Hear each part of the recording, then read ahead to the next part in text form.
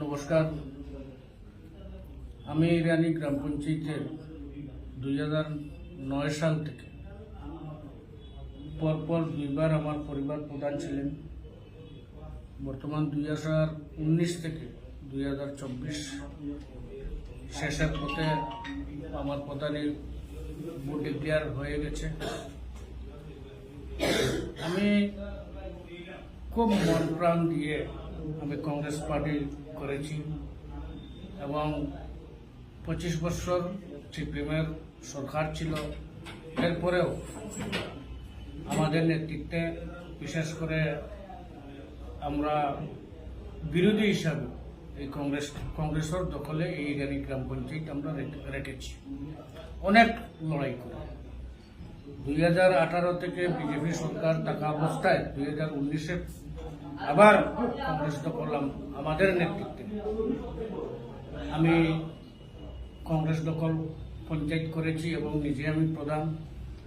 আমি ব্যক্তিগত বিরোধী সেনা আমার কাকু আমার বাবা হিসাবে আমি মানতাম।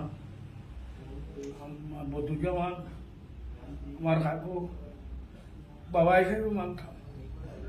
এই যে 2019-এর আমার প্রধানের শেষর পথে আমি যে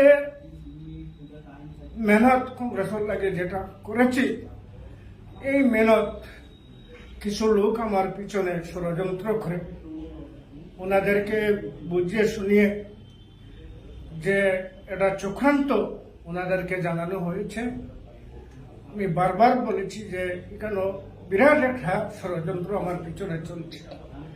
এরপরেও আমাকে তারা যেভাবে ইজ্জত দেওয়ার কথা সেই হিসাবে না দেওয়াতে আজকে আমি ভারতীয় জনতা পার্টির আমি জয়েন করেছি এবং আমি মন দিয়ে করেছি। আমি যে কোনো দল কংগ্রেস করেছি ইমানের সহিত, আর এখন আমার মন থেকে আমি বিজেপি পার্টিকে গ্রহণ করেছি, ভারতীয় জনতা পার্টি। এক সময় হয়তো আমার কংগ্রেস পার্টি করেছি, হয়তো বিরোধিতা করেছি। এটা বিজেপিকে যারা সদস্য বা যারা নেতৃবৃন্দ আছেন আমাকে মনে কিছু নেবেন না, এবং এরা গ্রাম পঞ্চায়েতের যারা ভোটার এরাকে আমি ক্ষমা চাইছি। আমার কোনো দোষ নেই। আমি যারা নেতা মানতাম এরা আমাকে পিছিয়ে ফেলেছে এবং আমার ইজ্জতের জন্য আমার ইজ্জত রক্ষা করতে গিয়ে আজকে আমি ভারতীয় জনতা পার্টি জয়েন করেছি এবং আমার বিজেপি নেতারা এখানে আছেন।